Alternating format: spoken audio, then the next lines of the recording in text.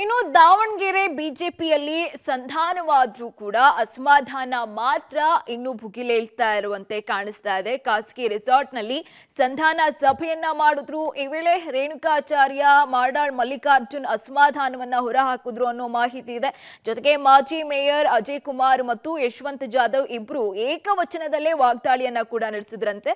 ಇನ್ನು ಮಧ್ಯ ಪ್ರವೇಶಿಸಿದಂತಹ BS ಯಡಿಯೂರಪ್ಪ ಗಲಾಟೆಯನ್ನ ನಿಲ್ಲಿಸುವಂತೆ ಕೂಡ ತಿಳಿಸಿದ್ದಾರೆ. ನಂತರ ಮಾತನಾಡಿದಂತಹ ಯಡಿಯೂರಪ್ಪ, ಎಲ್ಲರೂ ಕೂಡ ಸರಿಯಾಗಿದ್ದಾರೆ, ಎಲ್ಲವೂ ಕೂಡ ಸರಿಯಾಗಿದೆ, ಒಟ್ಟಾಗಿ ಹೋಗ್ತಾ ಇದೀವಿ, ಇನ್ ಮುಂದೆ ಬಂಡಾಯ ಇರೋದಿಲ್ಲ, ಒಟ್ಟಿಗೆ ಕೆಲಸ ಮಾಡಿ ಬಿಜೆಪಿ ಗೆಲ್ಲಿಸುವ ಕೆಲಸವನ್ನ ನಾವು ಮಾಡ್ತೀವಿ ಅಂತ BS ಯಡಿಯೂರಪ್ಪ ಅವರು ಭರವಸೆಯನ್ನ ಕೊಟ್ಟಿದ್ದಾರೆ.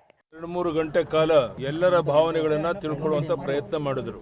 ಅಂತಿಮವಾಗಿ ಯಾರನ್ನ ಈಗಾಗಲೇ ನಾವು ಲೋಕಸಭಾ ಸದಸ್ಯನಿಯಾಗಿ ಘೋಷಣೆ ಮಾಡಿದ್ದೇವೋ ಅವರ ಗೆಲುವಿಗೆ ಎಲ್ಲರೂ ಒಗ್ಗಟ್ಟಾಗಿ ಕೆಲಸ ಮಾಡಬೇಕು. ನಮ್ಮ ರವೀಂದ್ರನಾಥ್ ಅವರನ್ನ ಈ ಚುನಾವಣೆಯ ನೇತೃತ್ವ ವಹಿಸ್ಕೋಬೇಕು ಅಂತೇಳಿ ಅವರು ಒಪ್ಪಿಸಿದೆ.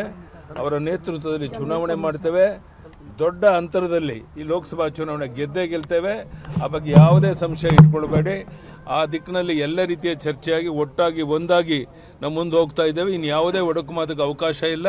ಸರ್ವಾನುಮತದಿಂದ ಈಗಿರುವಂಥ ನಮ್ಮ ಅಭ್ಯರ್ಥಿನ ಗೆಲ್ಲಿಸಬೇಕು ಅಂತ ತೀರ್ಮಾನ ಆಯಿತು.